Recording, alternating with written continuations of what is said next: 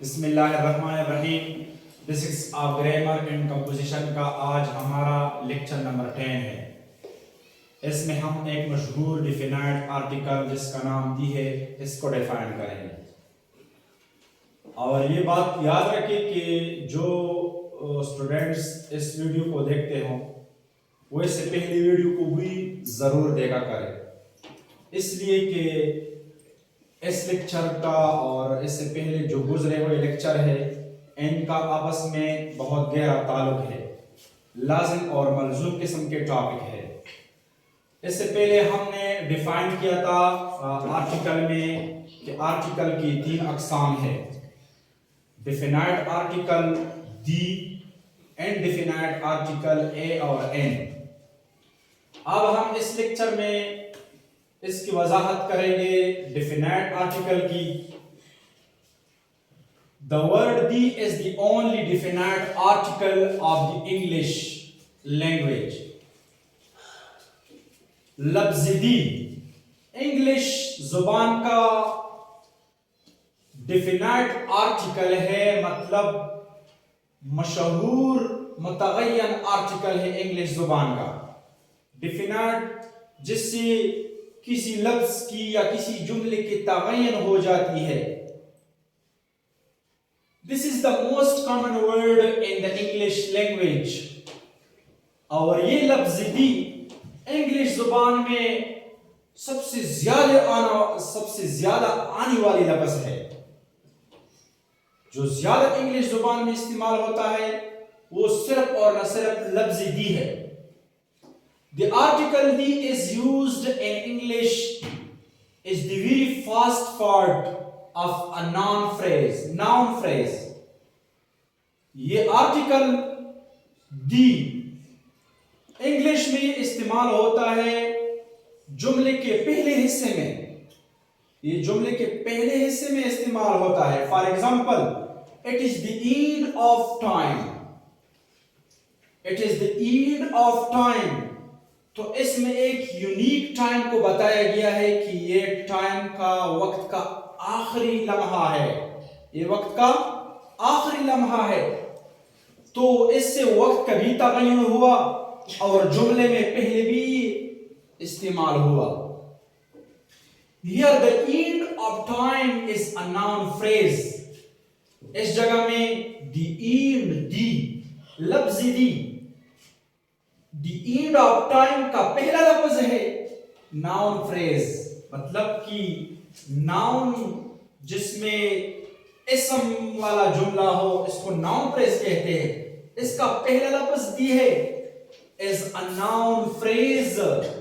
The use they signal that the reference is to a specific and unique of the concept. یہ اس کی uniqueness کے لیے استعمال ہوا کہ یہ بالکل وقت کا آخری لمحہ ہے. اس کے علاوہ یہ جملے کے شروع میں تعین کرنے کے لیے استعمال ہوا. Here the implication is that there is one end of time. یہاں جو مضمر ہے، یہاں جو اشارہ دیا گیا ہے وہ صرف اس بات کا ضمیر کا اشارہ دیا گیا ہے is that there is one end of time، کہ یہاں ٹائم کا صرف ایک ہی اختتام ہے. یعنی ایک اختتام والا ٹائم جو ٹائم کا آخری وقت ہو، یعنی اس سے ایک ٹائم مراد ہوا، اس سے ایک ٹائم مراد ہوا. بعض دفعہ ایسا بھی ہوتا ہے the time is 9 AM. Time کتنا ہے؟ صبح کا 9 بجے ہے. یہ تو عام ہے، اس سے تو یونیک ٹائم مراد نہیں ہوا. مطلب اس کے امپلیکیشن کو دیکھو. اس سے اس جملے میں جو the end of the time ہے، اس والے جملے میں ٹائم کا اینڈ تو ایک تھا لیکن ادھر ٹائم کا اینڈ ایک نہیں ہے. یہ تو پھر کیا ہوا؟ پھر تضاد آ گیا. تو اس تضاد سے بچنے کے لیے there are many times. تو اس جملے میں کئی اوقاتوں کا ذکر ہے. یہ جملہ ہے نا عام جملہ ہے، یہ جملہ جو استعمال ہوا ہے یہ عام جملہ ہے, but the meaning here is the time now. لیکن اس سے مراد صرف اسی وقت کا ٹائم ہے جس ٹائم 9 بجے ہو. یہاں تو یونیک بنا, there is only one. تو اس سے مراد اگر کہ یہ جملہ عام ہے, عام جملہ ہے جو ٹائم کے لیے استعمال ہوتا ہے, لیکن اس میں قید اس 9 نے لگایا ہے کہ اس سے 9 بجے کا ٹائم مراد ہے. 9 بجے کا ٹائم تو یونیک ہوتا ہے, اسپیسیفک ٹائم ہوتا ہے. اس کا مطلب یہ ہوا کہ دی کا استعمال ہر جگہ جب دی استعمال ہوتا ہے تو اس کا مطلب یونیک لیا جاتا ہے.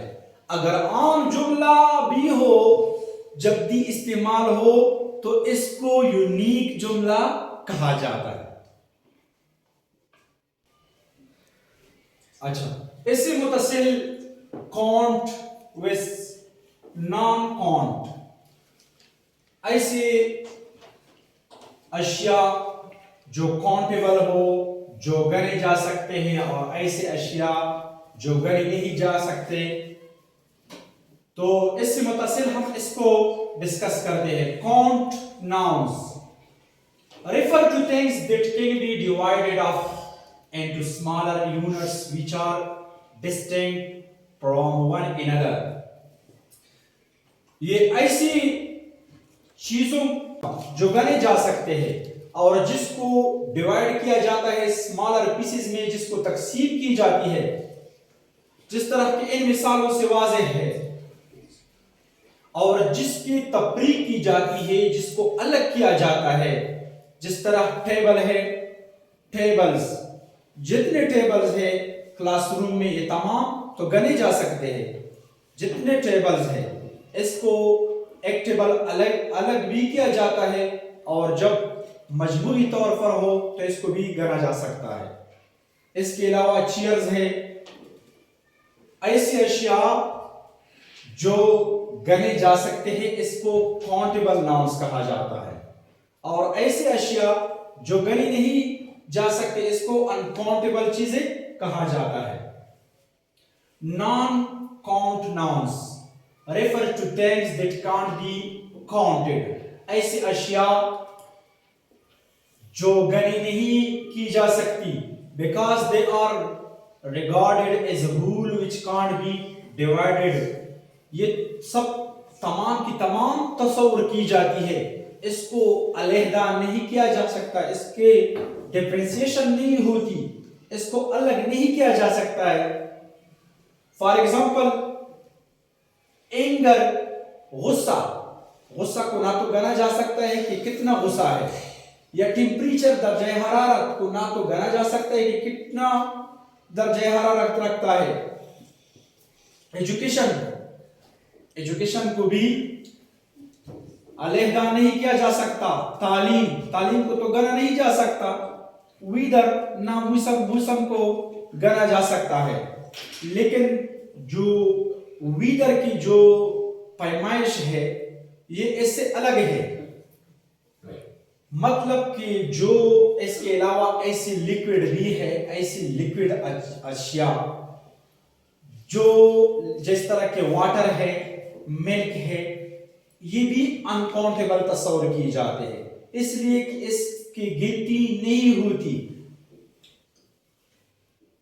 مختصر یہ کہ جو چیزیں گنے جا سکتے ہیں اس کو کاؤنٹیبل ناؤن کہتے ہیں, اور جو چیزیں گنے نہیں کی جا سکتے جس کی گنتی نہیں ہوتی اس کو انکاؤنٹیبل ناؤن کہتے ہیں. Countable table, chair, word, finger, یہ تمام کی تمام چیزیں گنے کی جا سکتے ہیں. Example of uncountable anger, warmth, education, weather. اس کے علاوہ بہت سی چیزیں ایسے ہیں جو گنے نہیں کی